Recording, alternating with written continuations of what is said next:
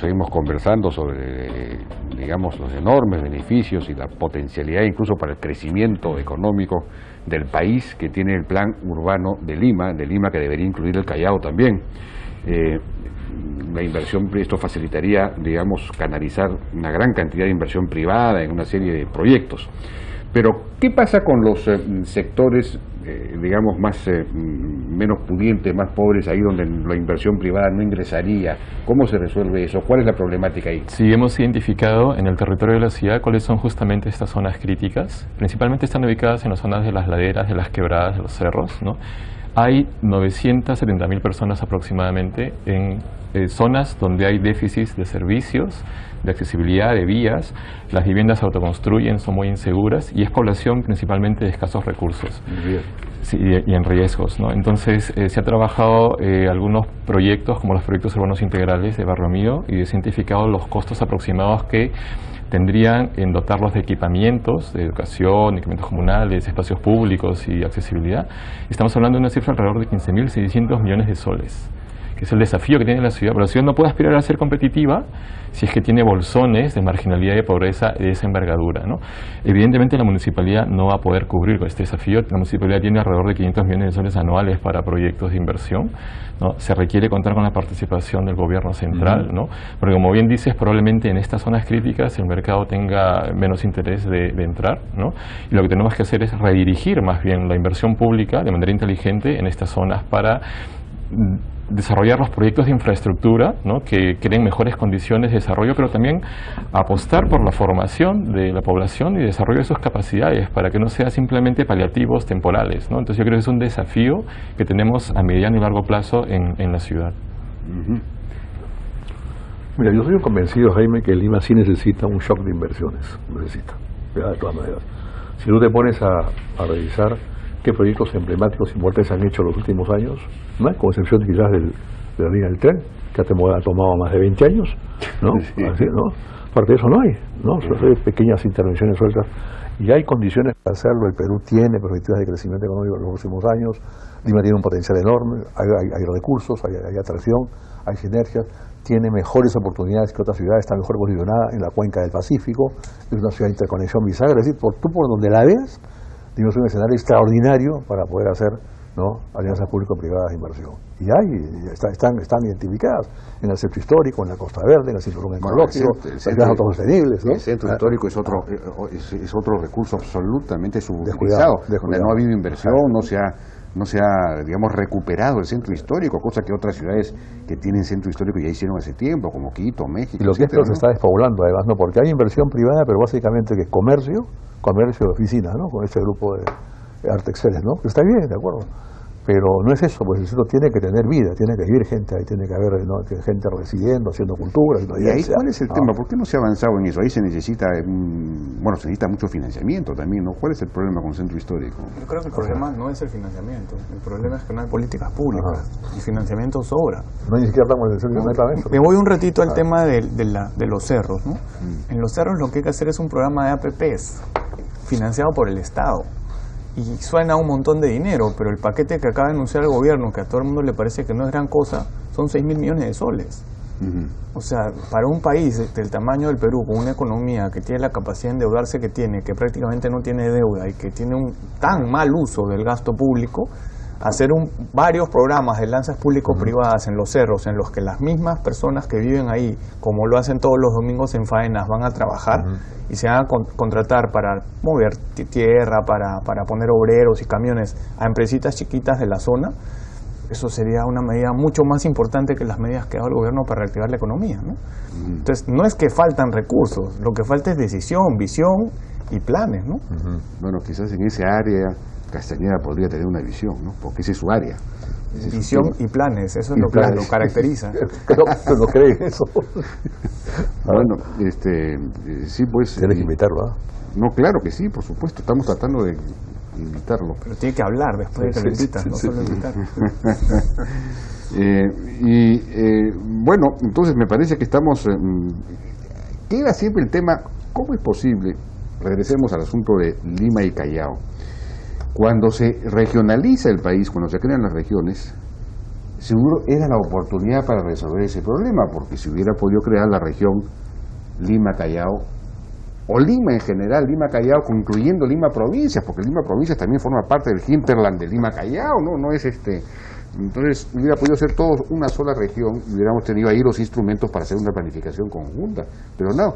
Callao tiene un gobierno provincial y encima una región que comparten exactamente el mismo espacio, perfectamente superpuestos. Esto es un absurdo total, pero vaya usted a quitarle el gobierno regional a Callao. Eso es una especie de... Pero habría que hacerlo, no vamos a crear una especie de supragobierno regional. ¿Cómo resolvemos eso? Pero hay que resolverlo. Es parte de las medidas, Jaime, cuando decíamos estructura nueva de gobierno, tiene que tocar eso, entre otras cosas, un nuevo marco legal. ¿Ya? Esa es otra gran reforma que habría que emprender. Esas son las reformas estructurales que tiene que hacer el Estado, ¿no? Sí, pues. Por ejemplo, simplemente por analogía, en el tema universitario, hay una universidad, creo que es la de Huancayo, que tiene como 30 facultades. Y se supone que una facultad debería tener por lo menos 3 o 4 especialidades. Pero ¿qué han hecho las universidades públicas? De cada especialidad han hecho una facultad. ¿Por qué lo han hecho? Porque hay decano, consejo, secretario, es decir, una fuente de empleo. Claro. Entonces, desgraciadamente, la regionalización ha terminado siendo una fuente de empleo en el Perú. Y cuando la idea inicial era que había que regionalizar para aplicar planes racionales al territorio. Sí, pues. Y se ha convertido en una fuente de empleo. A ver, quítenle pues las regiones ahora a los departamentos.